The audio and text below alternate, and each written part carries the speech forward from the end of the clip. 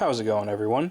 This is Mitchell Mander here, and welcome to another review of Pokemon 2019. Today I'm going to be covering Episode 8, which involves Ash and Go going to the Sinnoh region and participating in an ice flow race or a drift ice race.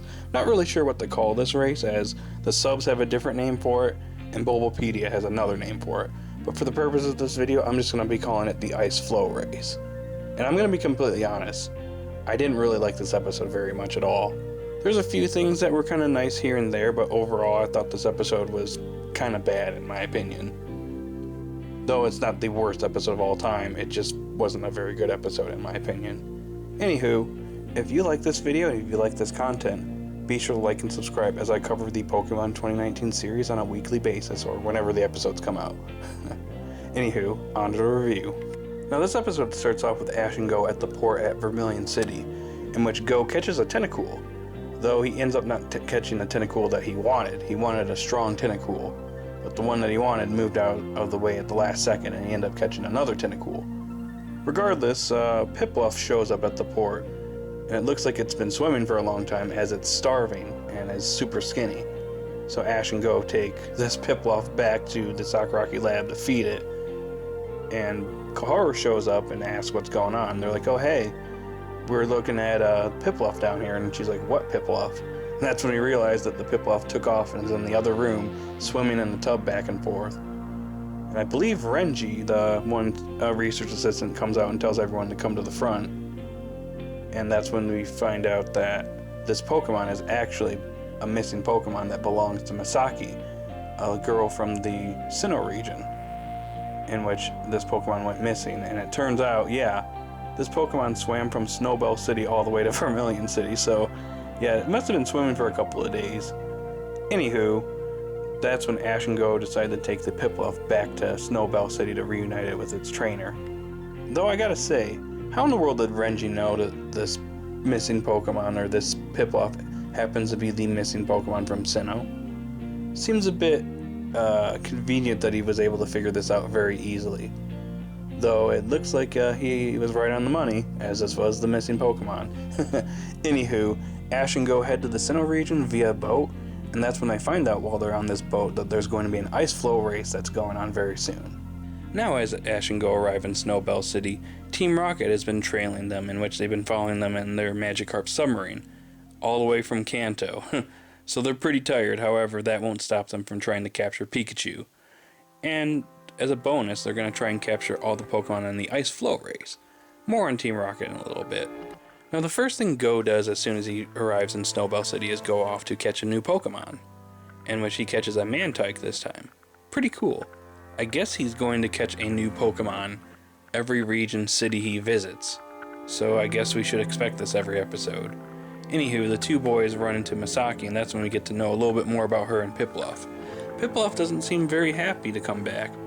As it turns out, Misaki's first Pokemon was Pipluff, in which she has a nasty habit of dropping her glasses, particularly dropping them in water, which this is how Pipluff found Misaki, in which Pipluff grabbed Misaki's glasses from the water, and that's when the two bonded, and Pipluff was a pretty good swimmer and actually won the ice flow race in the previous year.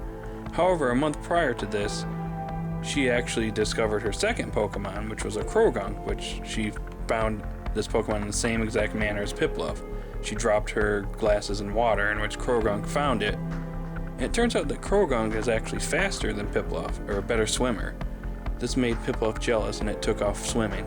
So presumably this Pipluff swam all the way to Kanto as a form of training to get better than Krogunk. So it decides to enter itself and Krogunk into the ice flow race.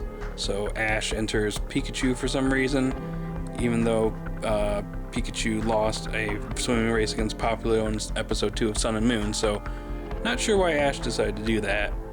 And Go decides to enter his newly caught Mantike. And that's when we go to the race. Now this race pretty much goes as you would expect it to, as Pipluff and Krogunk are basically competing against one another, focusing only on the race and nothing else, trying to determine which one of the two is the faster swimmer. And they're pretty much in the lead. Pikachu, on the other hand, is not having such a good time. Ash, you probably should have learned your lesson from episode 2 of Sun and Moon. You kind of lost that race pretty badly back then. What made you think that Pikachu would have been a good swimmer here? Anywho, Go's Mantic actually goes back to help out Pikachu. But before the race can go any further, that's when Team Rocket strikes, capturing every Pokemon except for Piplup, Croagunk, Pikachu, and Mantike. Well, Piplup and Croagunk, they're too determined and focused on the race to give up on it, so they take off to the finish line.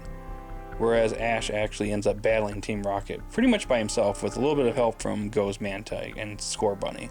Now, Team Rocket used their gotcha machine to take out a Machamp and a Beartic. Machamp mainly fights off against Ash's Pikachu, whereas Beartic, on the other hand, ends up using Thrash on the boat that Ash, Go, and Masaki are on. Masaki ends up getting knocked off the boat and is barely hanging on. Before Piplup and Croagunk can get to the finish line, they realize that their trainer is in danger and is screaming out for help. That's when they rush back over to basically save her life before she can plunge into the icy water below. They end up knocking over the emergency boat and she falls into it, saving her life. Which is pretty nice. It's nice to see that these Pokemon, they are super determined to finish the race, but they're not going to let their trainer die. So it's really nice to see that. Ash ends up finishing off Team Rocket and they blast off. Because of their interference, the ice flow race is cancelled, unfortunately. Now, as the episode comes to the end and Ash and Go head back to the Kanto region, Masaki presumably heads back home with her Pokemon. And of course, she loses her glasses again. But before Piplup and Croagunk can go retrieve the glasses from the water, a random Psyduck shows up and actually gets her glasses for her and gives it back to her. And presumably the two Pokemon have new competition. And the episode comes to an end. Now, as I stated at the beginning of this video, I'm honestly not that big of a fan of this episode for a number of reasons. Firstly, I felt like this episode was too fast-paced. It kind of feels like this episode could have been split into two different episodes. Between the beginning segment in Kanto, to going to Sinnoh and the conflict between Piplup and Croagunk, to the race itself, I felt like the pacing was just off in this episode, and it really didn't flow very well in my opinion. I also didn't feel like we got a whole lot of Sinnoh in this episode. I feel like we got not enough. I feel like we got more of Hoenn in episode 7 than we got of Sinnoh in this episode. My second issue with this episode is Go catching two Pokemon in this episode, and he ends up doing nothing with one of them. One thing I'm not a big fan of in this series is Go catching all these Pokemon, but he's not bonding with a whole lot of them. He's only really bonding with Scorbunny, but he's not really doing much with a lot of these Pokemon. And although he uses Mantike in the race, he does absolutely nothing with Tentacool, which is very disappointing. I felt like this segment at the beginning of the episode was pointless, in my opinion, since he's not doing anything with this Pokemon. My third issue with this episode is Team Rocket itself. I'm not a big fan of how Team Rocket is being handled in this series so far. As in with episode 3, they're here to basically just capture Pikachu and any other Pokemon they can get their hands on using a gotcha machine, which I guess is cool in a way, but at the same time they're not really doing much and they're not really super threatening, as Ash's Pikachu is basically destroying their Pokemon no matter what they are every single time so far. In episode 3 and episode 8 they basically got destroyed despite having strong Pokemon going after Ash. And I'm not really too keen on this. I was really happy with how they were treated in Sun and Moon. It was very refreshing to see them in that series and how they were being handled. And to go back to the previous format, I'm not a big fan of at all.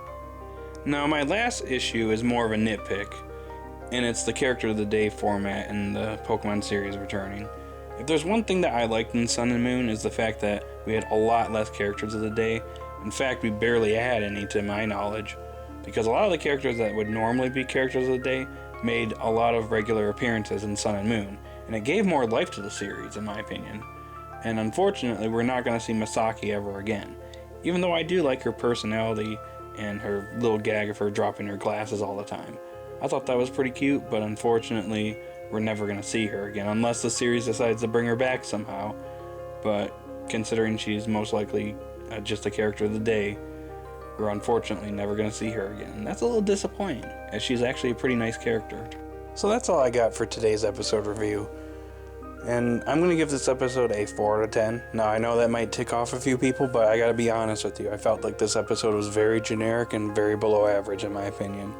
So hopefully next week's episode, episode 9, is a much better episode than this one, and is more like episode 7 compared to this week's episode. So guys out there, what did you think of this episode? Did you like it? Did you hate it?